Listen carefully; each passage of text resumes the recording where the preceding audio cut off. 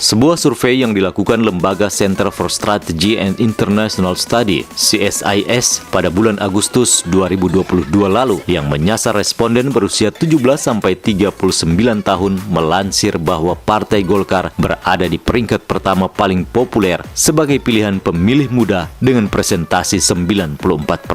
Wakil Ketua Umum Bidang Penggalangan Strategis Partai Golkar Erwin Aksa mengatakan bahwa dari kajian lembaga independen tersebut kami perlu menempatkan organisasi sayap kepemudaan sebagai ujung tombak pemenangan pemilu 2024 nanti. Senada dengan hal tersebut, Wakil Rakyat Golkar Sulawesi Utara Raski Ashari Mokodompit SH juga mengatakan bahwa Partai Golkar tidak pernah meninggalkan para pemuda. Golkar tetap memberikan tempat untuk para pemuda berkarya dan membangun daerah.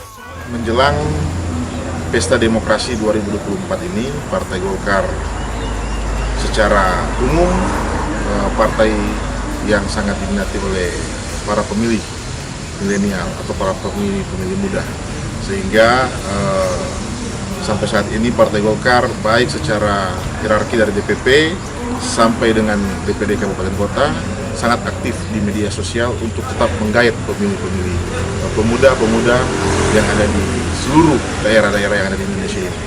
Tidak luput juga di daerah Sulawesi Utara, lebih khusus juga di daerah Bola Mongondo.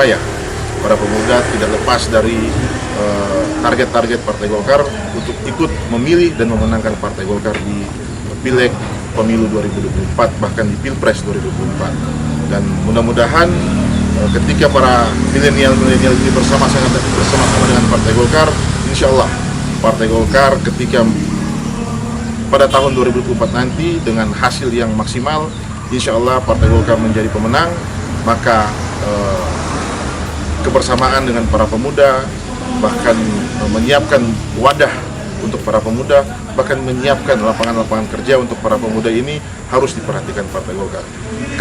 Saya sebagai sekretaris DPD Partai Golkar Provinsi Sulawesi Utara tidak menjanjikan lebih, tidak menjanjikan yang muluk-muluk, tapi percayalah bahwa Partai Golkar tidak pernah meninggalkan para pemuda-pemuda yang ada di daerah-daerah dan tetap memberikan tempat-tempat untuk berkarya, membangun dan mengisi pembangunan di daerah ini dengan para pemilih-pemilih milenial dan dengan para pemuda-pemuda yang berkualitas. Insya Allah, mudah-mudahan Partai Golkar tetap bersama-sama dengan para pemuda-pemuda yang ada di seluruh Indonesia, lebih khusus di Sulawesi Utara.